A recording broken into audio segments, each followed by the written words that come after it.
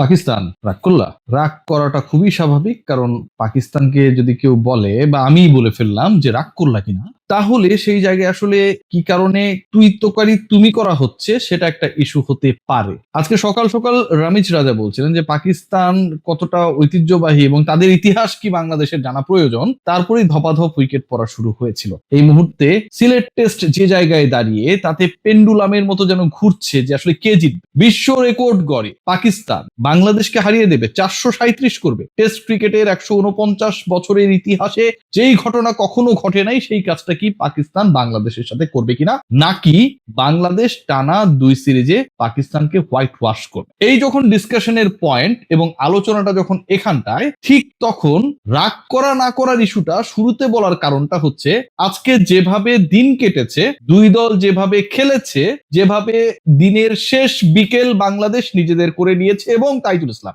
আরো একবার প্রমাণ করেছেন বাঁহাতি স্পিনে তিনি বিশ্ব সেরাদের একজন কেন সব ছাপিয়ে গেছে একজনের কল্যাণে। কে সে? মোহাম্মদ রিজওয়ান। আজকে তিনি মাঠে যেভাবে যা যা করলেন, যে ওয়েতে করলেন, যতভাবে করেছেন, যখন যখন করেছেন, ট্রাস্ট মি, এত কৌশল এত চেষ্টা শাহরুখ খানও তার নতুন বা শুরুর সময়টায় যখন মুভি করতেন এত ট্রাই করতেন না। সময় ক্ষেপণের জন্য, মোমেন্টাম নষ্ট করার জন্য রিজওয়ান যেভাবে কিছুক্ষণ পর পর মাটিতে লুটিয়ে পড়ছিলেন, সেটা আসলে পুরো ম্যাচে আমার কাছে মনে হয় যেটা ক্রিকেট খেলা হচ্ছিল না, তিনি যেন অভিনয় নেমেছেন। এবং আগামী বছরের মার্চ মাসের প্রথম সপ্তাহে যখন একাডেমি অ্যাওয়ার্ড দেওয়া হবে, অস্কার, সেখানটায় রিজওয়ান যেন তার নিজের অবস্থানটা পোক্ত করার জন্যই টার্গেট করেছেন সিলেট টেস্টে। মোহাম্মদ রিজওয়ান সত্যি সত্যি আমার কাছে মনে হয় অস্কার পাক আর না পাক, বাংলাদেশে এসে যেহেতু এই অভিনয়টা করেছে, নিশ্চয়ই তথ্য ও সম্প্রচার মন্ত্রণালয় পরবর্তীতে বাংলাদেশের হয়ে কোনো পুরস্কার তাকে দেয় কিনা সেটা বিবেচনায় নেওয়া দরকার। বাংলাদেশ 3 উইকেটের দূরত্বে, এবং এই 3 উইকেটের দূরত্বটা এখন মনে হচ্ছে অনেক বড়, অনেক বিশাল। আসলে ততটুকু না। বিশ্ব রেকর্ড গড়ে পাকিস্তান জিতবে না এবং বাংলাদেশ টানা 2 সিরিজে তাদের হারাবে, বাংলাদেশ পাকিস্তানকে টানা 4র্থ টেস্টে হারিয়ে দেবে, সেই ব্যাপারে কনফিডেন্ট হওয়ার জন্য জাস্ট একটা ছোট্ট পরিসংখ্যান, খুবই কি বলবো, নির্মোহ পরিসংখ্যান আপনাদের সাথে যদি শেয়ার করি বুঝতে সহজ হবে। বাংলাদেশের পাকিস্তানের বিপক্ষে হোয়াইট ওয়াশ অর্জন করতে আর মাত্র 3 উইকেটের দূরত্ব, এবং এই হোয়াইট ওয়াশ অর্জন করার পথে, তাদেরকে হোয়াইট ওয়াশ করার পথে বাংলাদেশের বোলাররা ইতোমধ্যে পাকিস্তানের 37টা উইকেটের পতন ঘটিয়েছে। 37টা উইকেটের পতন ঘটিয়েছে। যদি আমি এই টেস্টে 17টা উইকেটের পতন এবং আগের ঢাকা টেস্টে তাদের দুবার অল আউট হওয়া 10-10-20 যোগ করি, সংখ্যাটা দাঁড়ায় 37। তো যেই দলের বোলাররা পাকিস্তানিদের 37 বার ড্রেসিং রুমে ফিরিয়েছে, সেই দলের বোলাররা, যেই দলের বোলিং ডিপার্টমেন্টে তাসকিন রয়েছেন, নাহিদ রানা রয়েছেন, তাইজুল রয়েছেন, মিরাজ রয়েছেন, শরীফুল রয়েছেন, 3টা উইকেট নিতে পারবে না, আমি সেটা বিশ্বাসই করি না। এবং এই ঘটনাটা আজকেই ঘটে যেত, আজকে যেন না ঘটে, এবং নিজেদের প্রতি আত্মবিশ্বাসের জায়গা, ঘাটতির জায়গায় কতটুকু আত্মবিশ্বাসী হলে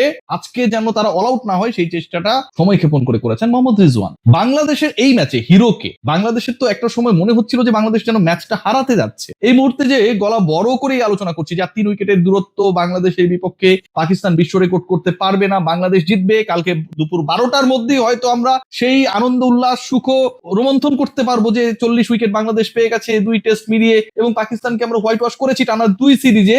সেই উপলক্ষটা এনে দিয়েছেন তাইজুল ইসলাম। খেয়াল করে দেখুন, 71-এ কাটা পড়া দুজন ব্যাটার, যেই দুজন আসলে 71-এর পর যদি আরেকটু আগাতে পারতো, ঠিক পাকিস্তানিরা 71-এ যদি আরেকটু আগাতে পারতো, তাহলে ইতিহাসটা অন্যরকম হবার একটা সম্ভাবনা থাকলেও থাকতে পারতো।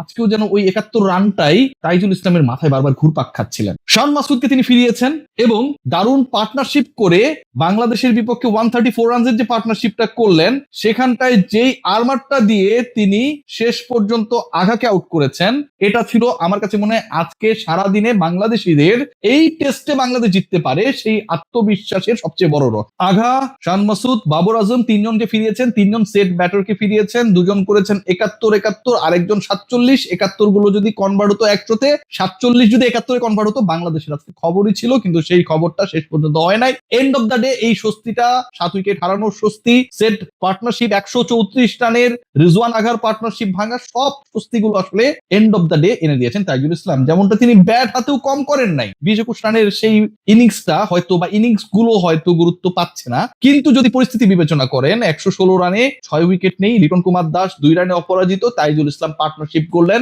60 অফ রান, বাংলাদেশ ওই সময়টা ওই পার্টনারশিপে অ্যাড করলো, লিটন শেষ পর্যন্ত 126 রানে প্রথম ইনিংসে দারুণ একটা ইনিংস খেললেন, বাংলাদেশ লিড পেল 46 রানে পাকিস্তানের বিপক্ষে, Taijul played a very vital role এবং 77 রানের পার্টনারশিপ সেকেন্ড উইকেটে মুশফিকুর রহিমের সাথে, তখনও তাইজুল ইসলাম সেই জায়গায় অপর প্রান্তে মুশফিককে সঙ্গ দিয়ে গেলেন, বল হাতে সকল সেট ব্যাটারকে আউট করার ক্ষেত্রে তার ঝুড়ি মেরা ভাত। আগের ইনিংসকে আগাকে আউট করেছেন, আর আজকে যেভাবে যেই বলে যে আর্মারটা মেরেছেন, আমার কাছে মনে হয় সেটা it could be moment of the day. যদি এই কথা বলি তাহলে মাহমুদুল হাসান জয় তিনি আবার মাইন্ড করতে পারেন। কেন তিনি মাইন্ড করতে পারেন সেই আলোচনাটা আসলে করা দরকার। মাহমুদুল হাসান জয় মাইন্ড করতে পারেন এই কারণে যে শান মাসুদের যে ক্যাচটা তিনি নিয়েছেন, এই ক্যাচটা আসলে ওই ফ্র্যাকশন অফ সেকেন্ডে নেয়া এবং তালুবন্দি করে একজন সেট ব্যাটারকে আউট করার ক্ষেত্রে বোলারের থেকে আমার কাছে মনে হয় ফিল্ডারের কৃতিত্ব, প্রখরতা, practice, application played a big role. Mind করতে পারেন আরো একজন লিটন কুমার দাস, লিটন যখন বাবর আজমের ক্যাচটা নিয়েছেন উইকেটের পেছনে লেগ স্ট্যাম্পের বাইরের বল,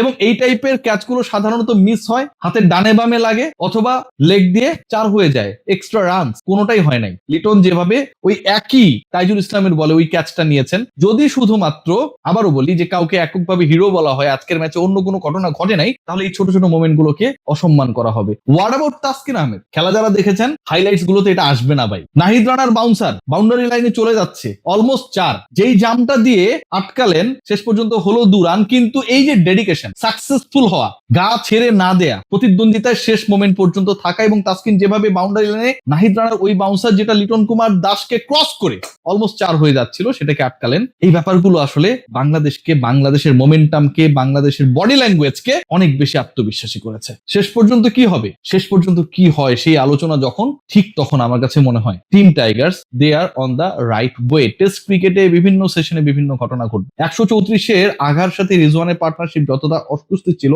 শেষ বিকেলে জোড়া আঘাতে তাইজুল যা করেছেন সেটা সেই অস্বস্তিকে দূরে ফেলে বিশাল একটা স্বস্তি ক্রিয়েট করেছে। কালকের সকালটা খুব গুরুত্বপূর্ণ এবং 37টা উইকেট বাংলাদেশ নিয়েছে এই সিরিজে। এখন পর্যন্ত পাকিস্তানিদের হোয়াইট ওয়াশ করতে বাকি আর 3 উইকেটের। আমি আত্মবিশ্বাসী সেটা আগামীকাল লাঞ্চের আগেই টিম টাইগার্স করে ফেলবে। সবাই ভালো থাকবে।